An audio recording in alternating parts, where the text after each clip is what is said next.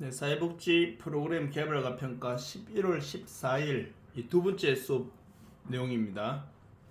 자, 우리 앞 시간에 우리가 살펴보았던 내용들은 이 사회복지 프로그램의 공급 구조까지 우리가 살펴보았고, 이제 다섯 번째 뒷부분은 우리가 앞에서 계속 강조했던 내용들이기 때문에 크게 어렵지 않게는 들릴 것입니다. 자, 먼저 사회복지 서비스로서의 프로그램을 보면은 사회복지 서비스 프로그램이 가지는 몇 가지 특성이 있습니다. 그 특성을 보면 첫째는 보시면 무형성. 이거는 어찌 보면 이렇게 이해하시면 됩니다.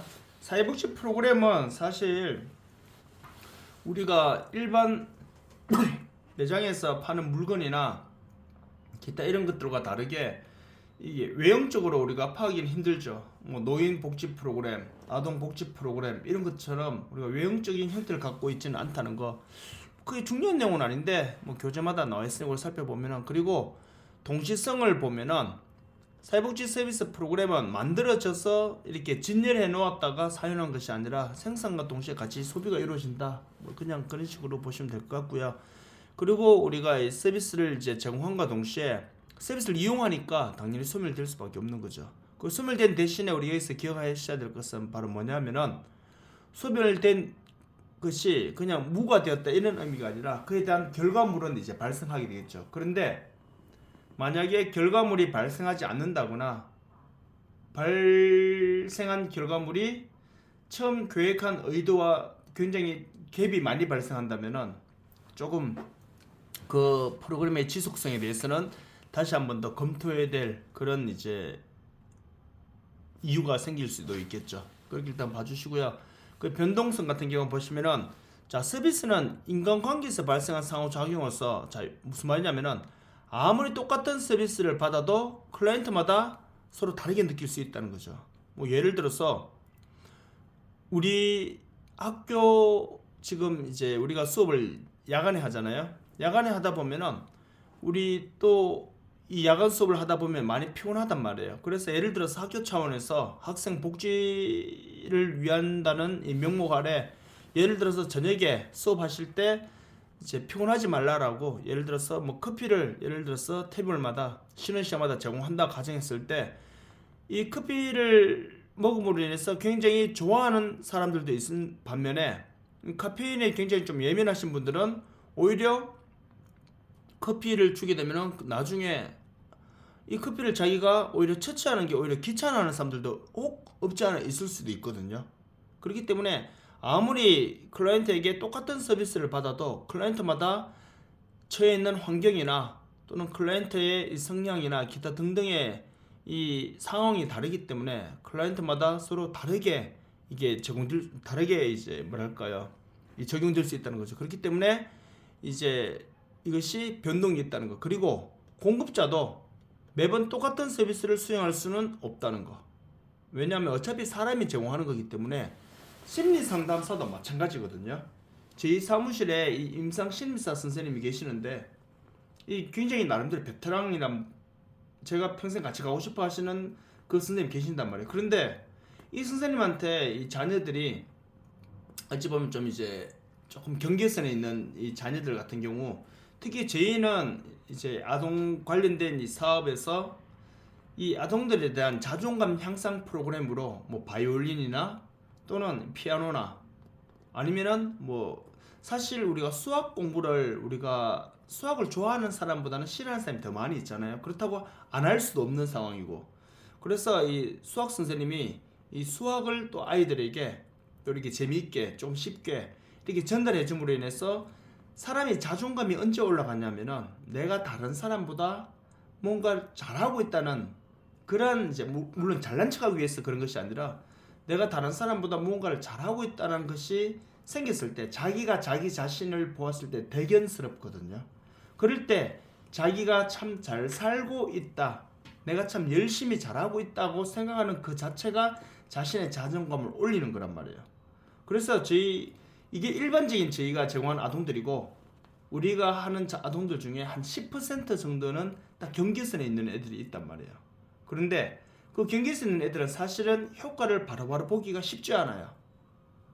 이 발달상의 문제도 있을 수도 있고, 이 분노 조절 장애나 또 어느 정도의 ADHD나 또는 이 자폐성과 관련된 그런 이제 어려움을 겪고 있는 애들이 있기 때문이거든요. 그런데 이 저희가 그래서 임상심리사 선생님이나 또 다른 일반 심리상담사 선생님들 중에 아무나 그 10%의 아이들 맞진 않고요. 나름대로 베테랑 선생님들이 맞는단 말이에요. 그 중에서도 가장 베테랑 선생님이라 불리는 우리 미술 전공하고 계시는 선생님이 계시는데 이 선생님한테 하려고는 사람들이 줄 서가 있기도 하고요. 때로는 이 선생님하고는 이제 국가 서비스 기간이 끝났음에도 불구하고 자기 부담금으로 한 달에 몇십만 원씩 내고 하는 사람들도 혹 있단 말이에요. 그런데 이 선생님이라고 해서 서비스를 전달하는 게 모두에게 100% 똑같이 할 수는 없단 말이죠. 그리고 아까 제가 말씀드린 것처럼 앞전에 서비스를 받은 사람이 누군가를 소개를 받고 이 선생님한테 수업을 받은 클라이언트들 중에도 똑같이 다 만족을 물론 대부분 다 만족을 누리지만 가끔 가다가 보면은 이 선생님이라고 해서 크게 효과를 기대했는데 별로 도움이 안 되네라고 하는 사람들도 혹 있을 수 있었어요. 혹 있었단 말이죠. 그렇기 때문에 이 사회복지 서비스 프로그램은요, 서비스를 받는 사람도 다 각각 다르고 서비스를 제공하는 사람도 자기가 했던 거랑 100% 똑같이 할 수 없기 때문에 결국은 변동성이 있을 수밖에 없다, 이렇게 여러분 보시면 되겠죠. 제가 지금 우리 학교 수업 시간에도 우리 학교에서 지금 제가 이 클래스를 4개 반을 지금 수업을 하는데 A, B, C 반은 지금 현재 똑같은 수업이란 말이에요. 사회복지 프로그램 개발과 평가. 근데 물론 똑같은 수업 자료로 똑같은 이제 강의실에서 수업을 하는데 수업 내용이 100% 똑같다고 볼 수는 없다는 거죠. 뭐 물론 수업 내용이나 이런 것들은 대부분 다 똑같지만 이 뭐 예시를 들어서 설명하는 거나 또는 뭐 이렇게 수업하는 좀 스타일이나 이런 것들은 조금씩은 차이가 날 수 있거든요. 100% 우리가 물론 지금 수업처럼 예를 들어서 제가 이 영상을 찍고 이 찍은 영상을 다른 수업에 온라인 한다면 그대로 다시 뭐 제공한다면 똑같을 수는 있겠지만 그렇지 않고서는 똑같이 제공할 수가 없잖아요. 그렇죠? 그렇기 때문에 그런 면에서 변동성 이해하시면 될 것 같아요.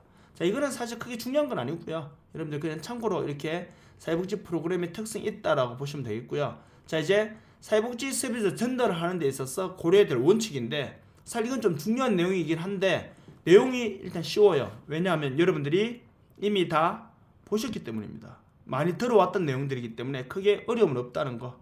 내용이 쉽거든요. 중요한데 쉬워요. 자, 이제 볼까요? 전문성의 원칙. 자, 사회복지 서비스 전달을 하는 데 있어서 예전에는 우리가 사회복지라 그러면은 아직까지 우리가 조금 오해하는 부분이 뭐냐면은 가난한 사람들에게 그냥 도와주는 것. 물론 틀린 말은 아니에요. 하지만 예전에 전통사회에서 제공하는 방법과 지금 현대사회에서 제공하는 방법은 다르단 말이에요. 예전에는 그냥 자선의 성격이 강했다면은 지금은 자선의 성격도 물론 없지는 않지만 추후 예방적인 차원 이 부분까지도 같이 겸해 있다는 것 우리가 한번 보셔야 될 것 같아요. 그래서 사회복지 서비스를 전달할 때는요, 그 관련 전문가가 전달해야 됩니다. 우리가 물론 병원 갔을 때 내가 목이 아프면 어디를 갑니까? 이비인후과를 가죠.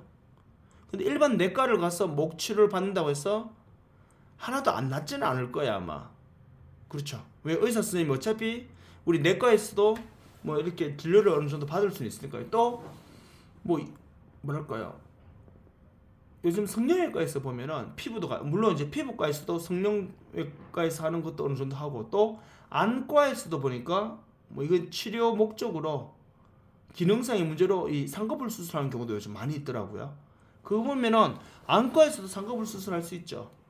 그런데 진짜 예쁜 쌍꺼풀 수술 어디서 해야 됩니까? 그죠, 성형외과에서 해야 되죠. 이것처럼 사회복지 서비스도 예를 들어서 아동 분야 전문가가 있고요. 노인 분야 전문가가 있고 장애인 분야 전문가가 있고 가족 관계를 위한 소통 전문가가 따로 있단 말이에요. 서로 겸해서 하는 경우도 있지만 대부분의 사회복지 서비스 전달은 그래서 전문가에 의해서 전달되어야 될 가장 큰 중요한 이유는 클라이언트에게 직면한 근본적인 문제를 가장 효율적으로 잘 해결하기 위해서는 가장 적절한 전문가가 있어야 한다는 거, 이렇게 여러분 이해하시면 돼요. 그래서 전문성의 원칙은 클라이언트가 처한 문제에 가장 전문적으로 잘 해결할 수 있는 전문가가 해야지만 문제 해결 효과성이 좋기 때문에 이렇게 여러분들이 이해하시면 될 것 같아요. 그렇게 일단 봐주시고요. 그래서 아까 제가 말씀드린 것처럼 목이 아프거나 귀가 아플 때는 이비인후과 전문의에게 진료받을 때 제일 효과가 좋잖아요.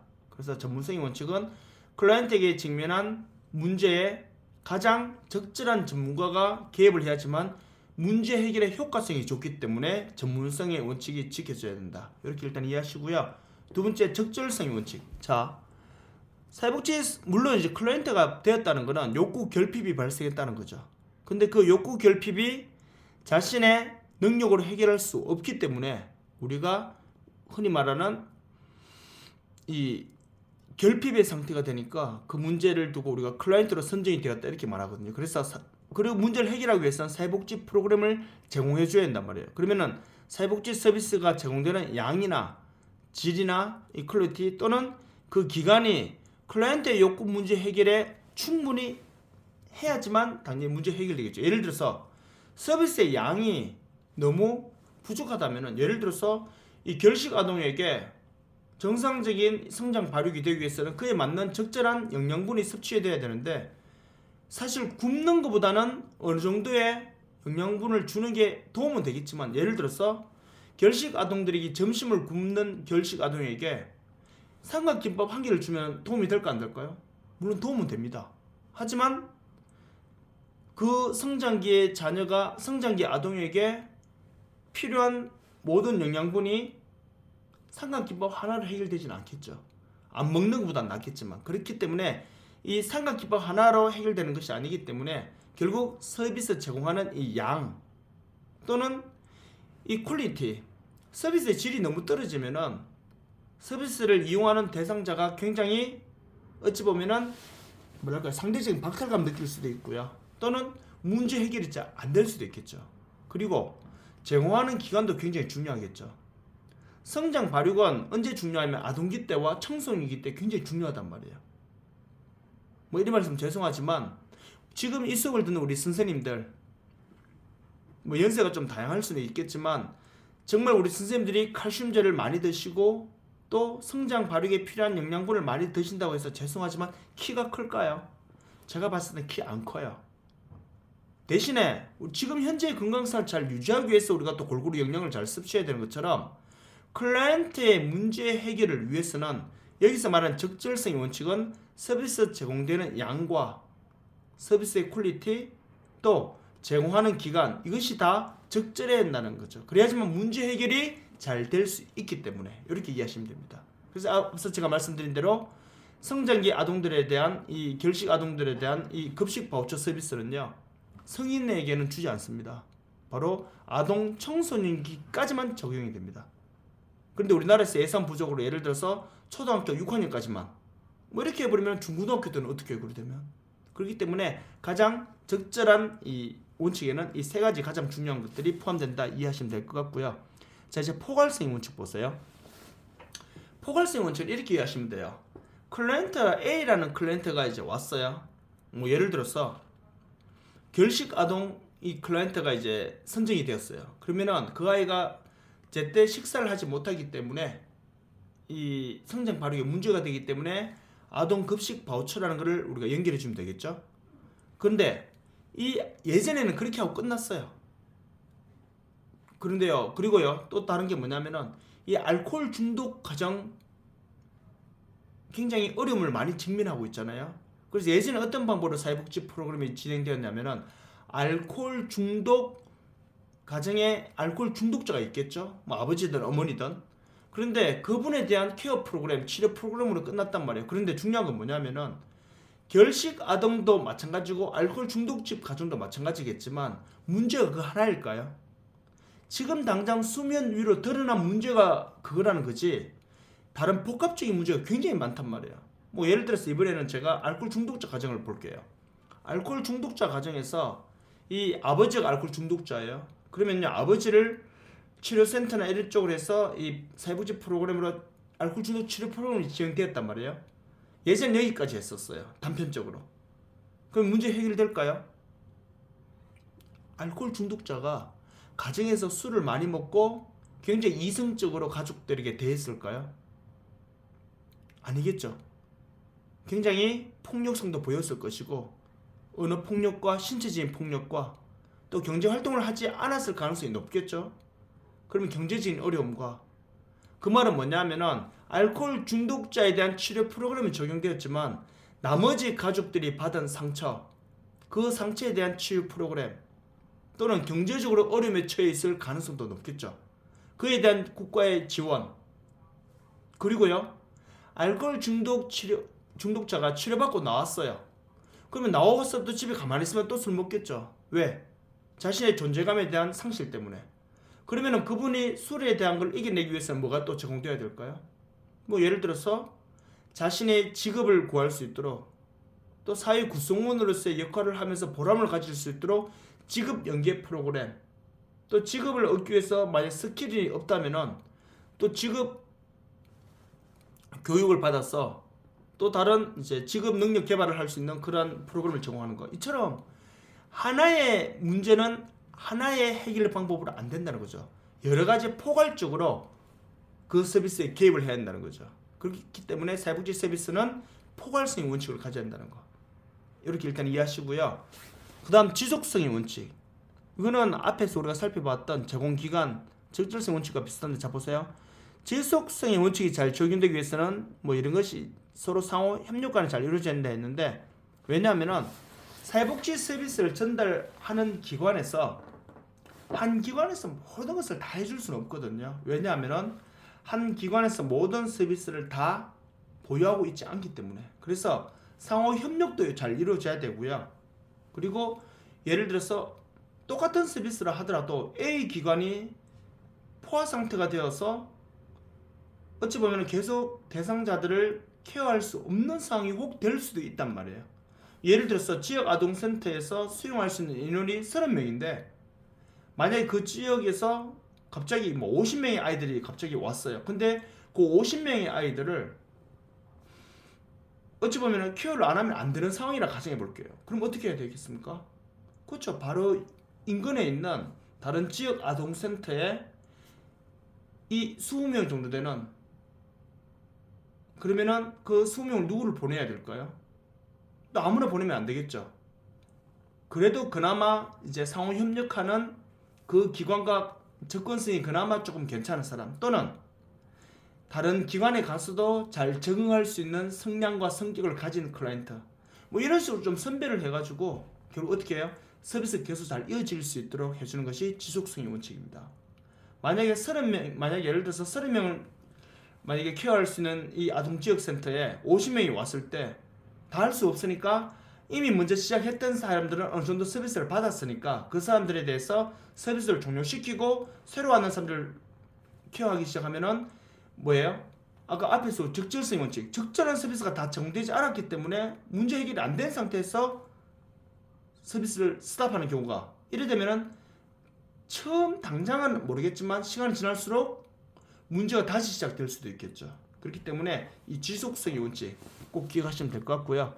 그 다음 보시면 평등성의 원칙입니다. 평등성의 원칙은 뭐냐면요. 이 서비스를 제공하는 가운데 남녀, 노소, 지위, 고화, 건강, 유무, 기타 등등과 서로 차별 없이 평등하게 대해줘야 한다는 것입니다.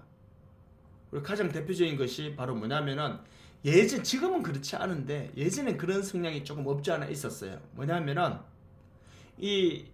지금 물론 이거는 우리가 이제 공공기관이나 공공재의 성격을 이제 좀 가진 서비스에 한해서 이렇게 말하고 있지만 100% 민간에서만 운영하는 사회복지 프로그램도 많단 말이에요. 대부분 어디서 많이 운영하냐면은 이 종교기관에서 운영하는 경우가 많아요.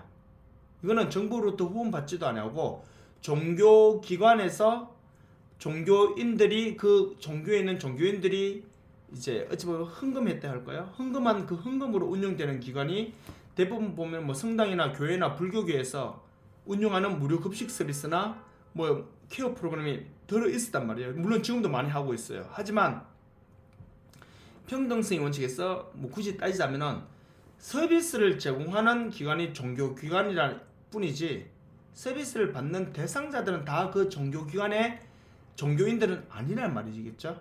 그 말은 뭐냐면은 예를 들어서 기독교에서 성당에서 불교에서 똑같이 서비스를 공평하게 잘 제공해 줘야 되는데 본인 종교를 가진 클라이언트에게 조금 더 많은 서비스와 좀 더 길게 이어지는 서비스와 우선순위를 좀 변경해서 주는 서비스, 이런 것들이 예전에 간혹 있었단 말이에요.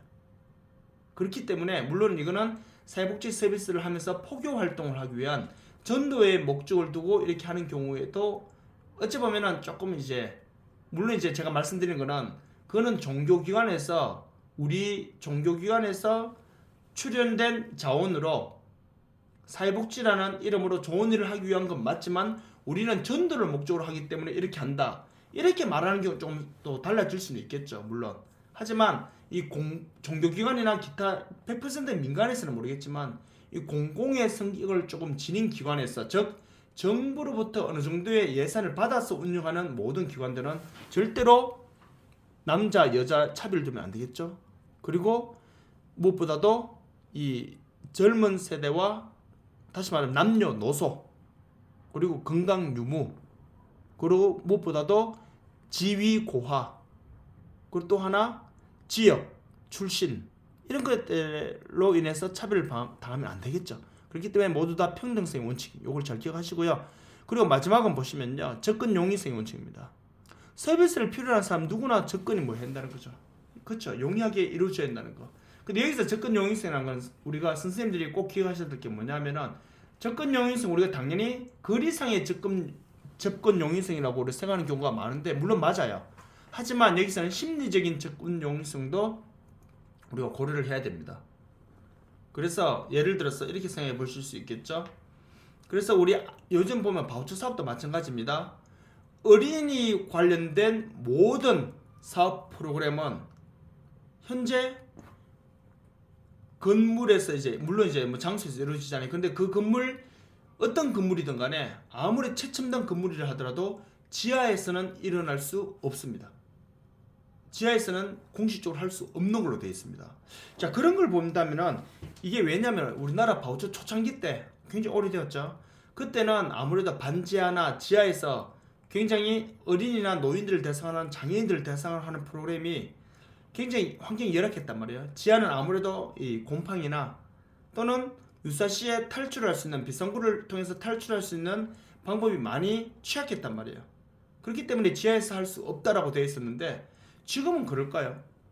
물론 지금도 좀 낙후된 그런 건물에서는 그럴 수도 있겠지만 저는 개인적으로 요즘 새로 잘 지어진 건물들 같은 경우는 지하라고 해서 크게 많은 취약한 부분이 있는 건 사실 아니거든요. 오히려 화재가 발생했을 때는요, 오히려 고층 건물이 더 위험할 수도 있어요. 그렇기 때문에 그런 부분은 조금 개정이 이루어져야 되지 않을까, 이렇게 제 개인적인 생각입니다. 그렇기 때문에 일단 접근 용이성 원칙은요, 서비스를 필요로 하는 클라이언트에게 누구나 심리적으로나 아니면 거리적으로나 접근성에 있어서 이제 좀 차별을 당하면 안 되고 또 불편함을 느껴서는 안 된다는 거, 이렇게 여러분들이 잘 보시고 이해하시면 될 것 같습니다. 자, 여기까지가 우리가 오늘 수업 내용하고 마치려니까 시간이 남았죠. 그래서 다음 제가 부분 조금만 더 할 텐데요. 자, 이 부분은 자 이제 우리 수업 내용 네 번째 한번 보세요. 잠깐만요. 이거는 끝났고 다음이, 잠시만요. 파일이 안 넘어와요. 네, 됐습니다. 자, 이번 걸 보시면요. 꺼져버렸네. 잠시만요. 자, 됐습니다. 순간 일시정지 누른다는 게 종료 누를 뻔했어요. 그래서 일시정지 눌렀다가 지금 다시 켰는데 이게 제가 클릭을 잘못해가지고. 자, 이제 보세요. 조금만 더 마칠게요. 자, 사회복지 프로그램 결과가 평가 이제 네 번째 자료인데 이 네 번째 자료 보시면요, 이거 여러분들이 제가 지난번에 말씀드렸을 거예요. 우리 모든 프로그램은 이 이론적인 바탕 위에서 이제 만들어지거든요. 그래서 이거는 사실 여러분들이 자 보시면은 사회복지 프로그램의 전통적 개입 방법인데, 개별 개입 이론과 집단 개입 이론, 이거는 특히 집단 개입 이론은 크게 얘랑 개별 개입 이론은 큰 차이 없거든요. 개별적으로 개입하느냐 집단으로 개입하느냐 똑같은 방법이에요. 그런데 개별 개입 이론은 이미 우리 여러분들이 1학년 때 인간 행동과 사회 환경이나 또는 실천 과목에서 이미 다 배우셨어요. 그래서 배웠기 때문에 안 한다 이게 아니라요, 사실 이 내용들은 특히 또 뭐냐면은 대부분 다 이제 실제 프로그램을 작성해서 논문을 쓴다거나 실전적인 프로그램 프로포즈를 하기 위해서 사용하는 것이 개별 개입 이론의 내용들이에요. 그래서 여기서는 하나하나 다 다루기에는 좀 별로 의미는 없을 것 같아서 또 특히 다 아시는 내용들이니까, 아시는 내용이라기보다는 배웠던 내용들이니까 제가 여기서는 간단하게 한번 설명하고, 여기서 중요한 건 뭐냐면은 마지막에 나오는 거 지역사회 조직 개입 이론, 이게 좀 중요해요. 근데 이것도 중요하지만 여러분들이 1학년 1학기 때 지역사회 복지를 해서 이미 이것도 배우셨어요. 이건 배우셨지만요, 이건 또 실전 사례에서 너무 중요하거든요. 그래서 제가 지금 한 5, 6분 정도는요, 요 개별 개입 이론 있죠, 요 부분을 한번 더 간단하게 언급하고요. 그리고 다음 이제 11월 21일 맞죠? 21일 날 우리 오프라인 수업 때, 그때 제가 요 부분에 대해서 한 20분 정도 설명하고 다음 이제 5번째 자료로 넘어가면 될 것 같아요. 자, 이거 개별 개입 이론 말씀드리면요, 자 보세요. 개별 개입 이론은요, 여러분 보시면 심리사회 이론부터 나오는데, 심리사회 이론에서는 하나만 기억하시면 돼요. 모든 인간은 선하다는 거, 전제 조건이. 모든 인간은 선하다. 굳이 우리가 철학으로 연계해 보면은 서양에서는 모든 사람을 선하다는 걸 성선설이라고 하죠. 누구였어요? 서양에서는요, 아리스토텔레스. 동양에서는 뭐 맹자 이런 사람들이었죠. 또 반대로 모든 인간은 악하다고 봤던 성악설이 있죠. 뭐 동양에서는 뭐 순자나 이런 사람들이 성악설을 이제 많이 썼잖아요. 그렇게 심리사회 이론은 일단 모든 사람들은 선하다, 즉 클라이언트도 선하다는 전제 조건을 해서 들어가요. 죄송해요.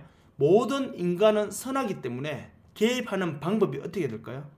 문제를 보고 문제가 있다고 개입할 거예요? 아니면은 문제가 있지만 그것을 스스로 해결할 수 있는 능력이 있다고 개입할까요?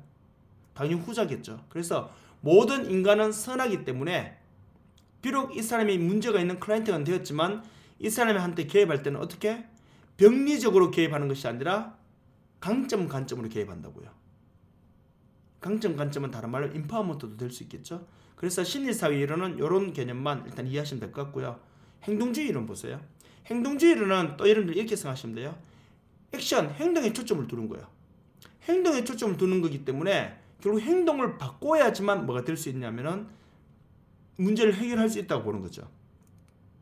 그래서 잘못된 행동을 학습하게 되면요, 잘못된 행동을 학습하게 되면은 어찌 보면은 그 잘못된 행동이 앞으로 일어날 모든 행동들에 대해서 우선적으로 우리 표현대로 하자면은 고정관념이 생겨버린다는 거죠. 왜? 부정이 학습되어 있기 때문에. 예를 들어서 그래서 행동주의 이론의 가장 대표적인 사람이 누구냐면은 우리 선생님들도 잘 아시는 이 파블로프라는 사람이 있죠. 이 개 갖고 실험했는 사람. 개한테 음식 주기 전에 종 치고 음식을 줬죠. 또 종을 치니까 개가 달려오죠. 왜? 음식 줄 줄 알고. 또 음식을 줬어요. 또 종을 쳤죠. 개가 달려오는데 보니까 이미 음식 줄 줄 알고 입에 침을 흘리면서 다가오는 거예요. 자, 그런데요, 이것도 사람도 똑같습니다. 집에 가서 맛있는 음식이 냄새가 나면 어떻게 합니까? 곧 저 맛있는 음식을 내가 먹을 것 같으니까 막 기대가 되죠. 그래서 음식을 먹어요. 너무 맛있죠. 또 집에서 맛있는 음식이 납니다. 그러면요, 입에 이미 뭐가 고입니까? 침이 고이죠. 왜요? 맛있는 음식 냄새를 맡으면 내가 맛있는 음식을 먹을 거라는 게 이미 학습되어 있으니까. 그런데 안타깝게도 그 맛있는 음식은 엄마가 포장을 다 해가지고 할머니 집에 다 가져가는 거예요. 집에 남은 건 하나도 없어요. 그러면 입에서 침이 돌다가 끝나겠죠. 파블로프도 그런 실험을 했잖아요. 종치고 음식 주다가 나중에 종치고 음식을 안 줬죠. 그런데 이미 걔는 침을 흘리고 있었죠. 결국 뭡니까? 부정적인 행동이 학습되어 있다는 거죠, 지금요.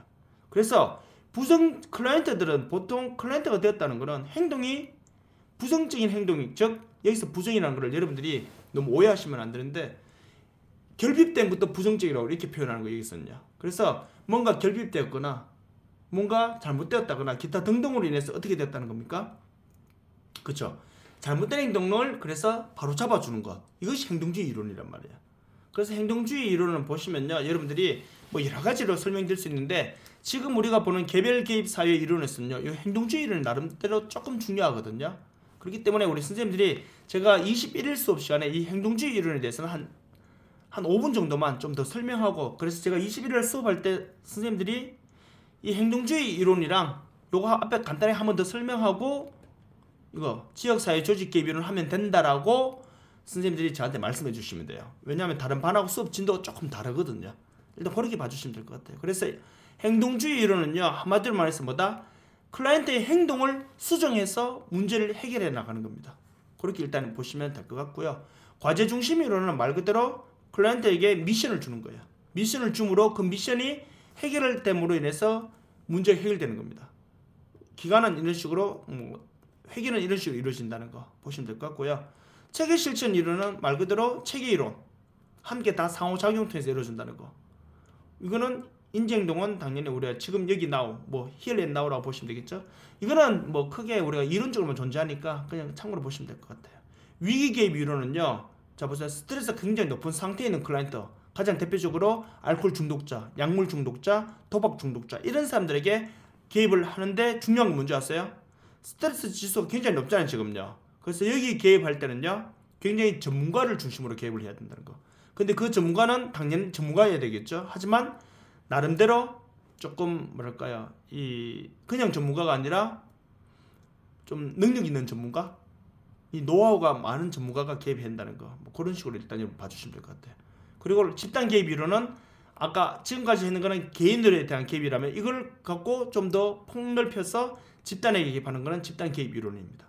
이건 같은 걸로 보시면 되겠죠. 일단 요 정도만 일단 기억하시고요. 그래서 중요한 건 이제 뭐냐면은 이거예요.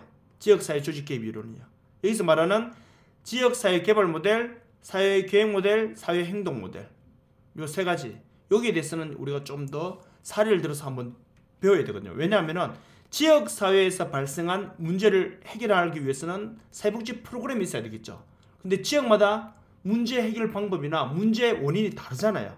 왜? 사회 환경과 인간 구성비가 다르기 때문에. 그렇기 때문에 그 지역사회를 더 발전시키기 위해서는 뭐가 필요하다? 이 세 가지 모델을 먼저 적용해야 한다는 거죠. 그래서 이걸 관련해서는 제가 11월 21일 수업 시간에 한 15분, 20분 하면 될 것 같아요. 그렇게 일단 제가 요거 설명드리고 앞서 이 행동주의 이론 요 부분 한 5분과 그리고 마지막에 있었던 지역사회 조직에 대한 개입 이론 요 부분을 제가 말씀드리고 이제 5번째 수업 자료 그렇게 계속 연결해서 나가도록 하겠습니다. 자, 일단 11월 14일 우리가 온라인 수업은 우리 앞에서 했던 이 수업 자료 내용과 지금 했던 수업 자료 내용 그래서 한 35분씩 해서 이렇게 수업을 이렇게 해서 마무리하도록 하고요. 영상 2개를 여러분들은 11월 28일까지 물론 그 전에 가능하면 21일 전에 수강하시는 게 좋으시겠죠. 근데 제가 이 말을 지금 제일 먼저 했었어야 되는데 다 끝나는 시간에 하기 때문에 이까지 수업 듣는 분들 어차피 수업 다 들었잖아요. 그렇기 때문에 가능하시면 다 수강하시고 21일 수업 시간에 뵙도록 하겠습니다. 자, 바람이 오늘 많이 부는데 건강 유의하시고요. 다음 주 수업 시간에 뵙도록 하겠습니다. 수고하셨습니다.